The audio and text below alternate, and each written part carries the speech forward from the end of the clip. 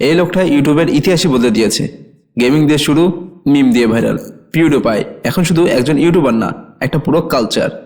আজকে জানবে তার এমন 10টা ফ্যাক্ট যেগুলো জানলে তোমার মাথা ঘুরে যাবে এবং তুমি বলবে আমি কেন এতদিন জানতামই না।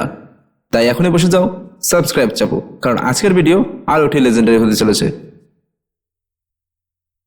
ফ্যাক্ট 1, ইউটিউবের ইতিহাস বদলে দিয়েছে।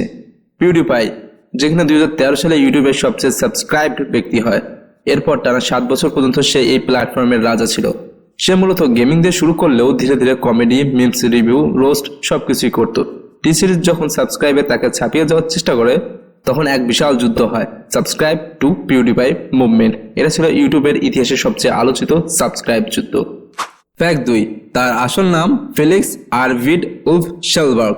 হ্যাঁ, শুনে তো মনে হচ্ছে যেন কেউ স্ক্যান্ডিনেভিয়ান ভাষার ক্লাস নিচ্ছে। ফেলিক্স জন্মগ্রহণ করেন 1989 সালে সুইডেনের গোতেনবার্গ শহরে। তার নাম এতটাই অদ্ভুত আর ইউনিক যে পিউডিপাই নিজে এটা নিয়ে মজা করে, কারণ এই নামে যদি তুমি এক্সাম দাও, নাম লিখতেই সময় শেষ। তার ইউজার নেম পিউডিপাই বানানো হয়েছিল একদম নিজস্ব স্টাইলে।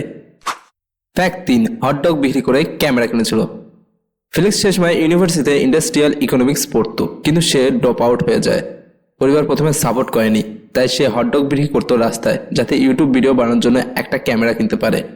আর এই জায়গা থেকেই তার শুরু হয় কিংবদন্তির যাত্রা। ফ্যাক্ট 4, তা ছিল ব্রো আর্মি, বিশ্বের সবচেয়ে বড় অনলাইন পরিবার। পিউডিপাই তার ভক্তদের নাম দিয়েছিল ব্রো আর্মি। সে ভিডিওতে সবসময় বলতো ব্রো ফিস্ট। এটা ছিল একটা দারুণ কালেকশন, একটা কমিউনিটি ফিলিং, যেন সবাই একটা পরিবার। ফ্যাক্ট 5, জানেন কি তার প্রেম শুরু হয়েছিল অনলাইনে? ফেলিক্স এবং মার্জিয়ার পরিচয় হয়েছিল 2011 সালে। মার্জিয়া তাকে ইউটিউবে দেখে ইমপ্রেসড হয়ে যায় এবং সে প্রথমে ইমেল পাঠিয়েছিল তাকে। এরপর ধীরে ধীরে তাদের মধ্যে প্রেম গড়ে ওঠে এবং তারা 2019 সালে বিয়ে করে। এখন তারা জাপানে থাকে, খুব শান্তিপূর্ণ জীবনযাপন করে।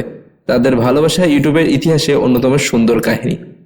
ইমেলের শুরু, জাপানের সংসার, ড্রামা সিরিজ কিন্তু বানানো যায়। ফ্যাক্ট 6, পিউডিপাই ইউটিউব ছাড়লেও ভালোবাসা ছাড়েনি। 2020 সালে পিউডিপাই ঘোষণা দেয় সে এখন থেকে নিয়মিত ভিডিও আপলোড করবে না। তবুও তার প্রতি মানুষের ভালোবাসা কমেনি। তার প্রতিটি পুরনো ভিডিওতে আজও মিলিয়ন মিলিয়ন ভিউজ পায়, কারণ সে কন্টেন্ট না বানালেও সে আমাদের হৃদয়ে আছে। ভাবা যায় কোন লেভেলের ভালোবাসা, ব্রেক নিয়ে থেকেও মিলিয়ন ভিউ। ফ্যাক্ট 7, ডিসলাইক দিয়ে ভাইরাল। পিউডিপাই তার কংগ্রাচুলেশন গানটা মজা করে বানায় টি সিরিজকে টল করার জন্য।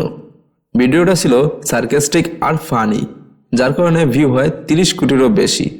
তবে সে মজা করে বলেছিল সবাই ভিডিওতে ডিসলাইক দিতে। এটাই পিউডিপাইয়ের স্টাইল, মজা করে ভাইরাল হয়ে যায়। আর আমার ভাইয়েরা তো লাইক খোঁজে, আমিও খুঁজি, আর সে চায় ডিসলাইক, মাথায় ধরে না। ফ্যাক্ট 8, তার কারণে ইউটিউব রিওয়াইন্ড বন্ধ। পিউডিপাই বারবার ইউটিউব রিওয়াইন্ড নিয়ে সমালোচনা করে ভিডিও বানিয়েছিল।